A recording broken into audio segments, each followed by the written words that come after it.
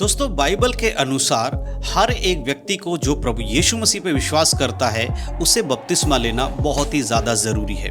और आज इस वीडियो के माध्यम से मैं आपको बपतिस्मा से जुड़ी हुई 3 ऐसी बातें बताने जा रहा हूं जो आपको जानना बहुत ही ज़्यादा ज़रूरी है। अगर अभी तक आपने बपतिस्मा नहीं लिया है तो ये 3 बातें आपको जान लेनी चाहिए, क्योंकि ये 3 बातों को जाने बिना अगर आप बपतिस्मा लेंगे तो आपका बपतिस्मा सही रीति से नहीं होगा।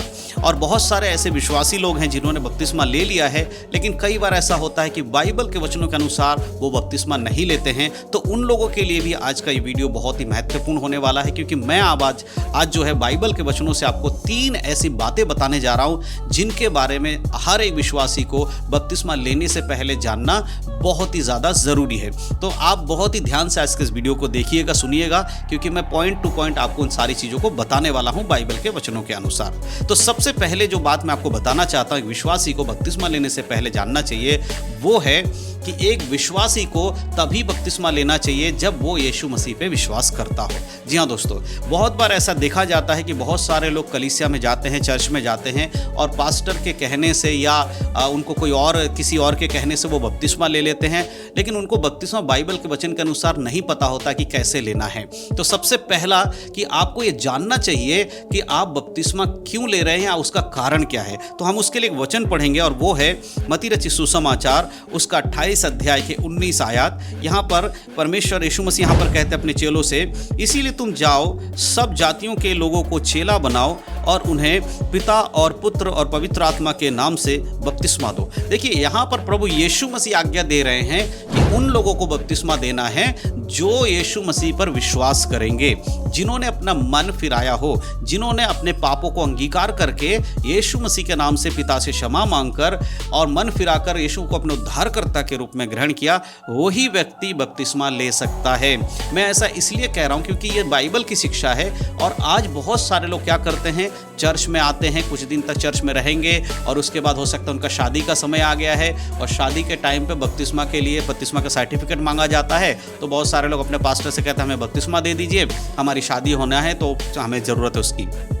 तो इस तरह से जो बपतिस्मा लेता है ना, किसी शादी के लिए, स्कूल के एडमिशन के लिए, बच्चों के स्कूल के एडमिशन के लिए, इस तरह के बपतिस्मा कोई वैलिड नहीं है परमेश्वर के वचन के अनुसार। वचन के अनुसार जो बपतिस्मा है वो यही है, यीशु पर विश्वास करने के बाद ही आप बपतिस्मा ले सकते हैं, अन्यथा बपतिस्मा नहीं ले सकते। तो सबसे पहला जो बात है वो यही है कि बपतिस्मा लेने से पहले आपको यीशु मसीह पर विश्वास करना होगा और दूसरे तरीके से बपतिस्मा आप नहीं ले सकते। अब हम बात करेंगे दूसरे पॉइंट पर। जो दूसरा हमारा पॉइंट है वो है कि किसको बपतिस्मा लेना चाहिए और किस उम्र में लेना चाहिए। जी हाँ दोस्तों, आज बहुत सारे लोगों का बपतिस्मा लेने का उम्र नहीं पता होता, वो सोचते हैं कभी भी बपतिस्मा ले सकते हैं। नहीं मेरे प्रियो, बपतिस्मा लेने की एक उम्र है, उसी उम्र के बाद ही आप बपतिस्मा ले सकते हैं। जैसे कि आपने बहुत बार देखा होगा कि बहुत सारे चर्च में क्या होता है, जो छोटे छोटे नवजात छोटे छोटे शिशु होते हैं, बच्चे होते हैं, उनको बपतिस्मा दिया जाता है। जो 2 साल के होंगे या 1 साल के होंगे या 6 महीने के होंगे या 14 दिन के, मतलब छोटे बिल्कुल नवजात बच्चे,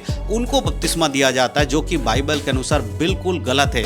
छोटे बच्चों को बपतिस्मा नहीं देना चाहिए। क्यों नहीं देना चाहिए, उसका कारण आपको मैं बताना चाहता हूं। सबसे पहले तो हमने जो वचन पढ़ा जिसमें यीशु मसीह ने कहा कि जो विश्वास करे उसे बपतिस्मा देना है, और बपतिस्मा लेने का दूसरा जो कारण है वो मैं आपको बताना चाहता हूं। एक और वचन हम पढ़ेंगे और वो है प्रेरितों के काम उसका 2 अध्याय और उसका 37 और 38 आयत। यहां पर प्रभु यीशु मसीह इस प्रकार पतरस इस प्रकार प्रभु यीशु मसीह के वचन के द्वारा कहते हैं, तब सुनने वालों का हृदय छिद गया और वे पतरस और शेष प्रेरितों से पूछने लगे, हे भाइयों हम क्या करें? पतरस ने उनसे कहा, मन फिराओ और तुम में से हर एक अपने अपने पापों की क्षमा के लिए यीशु मसीह के नाम से बपतिस्मा ले तो तुम पवित्र आत्मा का दान पाओगे। यहाँ पर जब लोगों को यीशु मसीह का सुसमाचार सुनाया गया तो लोगों ने ये कहा कि अब हमें बता हम क्या करें। तब उन्होंने, पतरस ने कहा कि तुम्हें क्या करना, अपने अपने पापों से मन फिराना है, उसके बाद तुम्हें बपतिस्मा लेना है। तो जब एक छोटे बच्चे को बपतिस्मा दिया जाता है, ना वो अपने पापों से मन फिरा सकता है,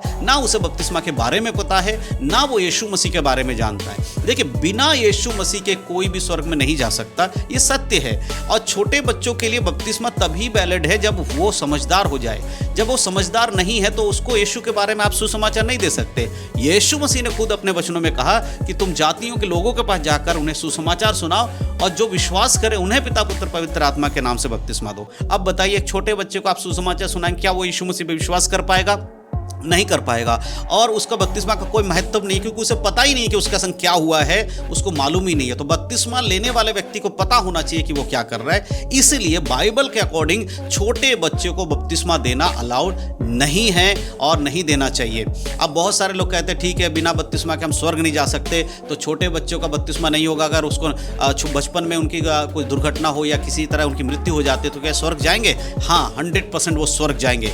जो बच्चे बुद्धिहीन है, यानी कि जिनका बुद्धि अभी तक नहीं आया है, वो बालकपन में है, उनका मृत्यु के बाद स्वर्ग जाना निश्चित है। उनके लिए बपतिस्मा की आवश्यकता नहीं है, क्योंकि परमेश्वर ने ऑलरेडी उनके लिए मार्ग दिया है। और इसीलिए यीशु मसीह ने एक जगह पे कहा कि तुम्हारा मन बच्चों के समान अगर नहीं है तो तुम परमेश्वर के राज्य प्रवेश नहीं कर पाओगे। तो बच्चों के लिए बपतिस्मा मैंडेटरी नहीं है जब तक कि उनकी बुद्धि ना आ जाए, जब तक वो भले और बुरे को समझने ना लगे, तब तक उनको बपतिस्मा लेने की जरूरत नहीं है। तो इस हिसाब से अगर देखा जाए तो आज के समय में किस उम्र में बपतिस्मा लेना सही रहता है? वैसे तो आज के ज़माने में आप देखोगे तो छोटे छोटे बच्चों में बुद्धि आ जाती है। तो आप एक चीज़ देखना है कि वो यीशु मसीह को ग्रहण करता हो, उसने अपने पापों को अंगीकार किया हो और यीशु को अपने उद्धारकर्ता के रूप में माना हो, तभी उसको बपतिस्मा लेना। तो वो नॉर्मली अगर देखा जाए तो 12-13 साल के बच्चे के बाद जो है वो लोग ले सकते हैं। तो ये दूसरा पॉइंट है जिसको हमें समझना। पहला पॉइंट हमने समझा कि क्यों बपतिस्मा लेना है, क्योंकि यीशु मसीह की आज्ञा है। दूसरा पॉइंट ये है कि छोटे बच्चों को बपतिस्मा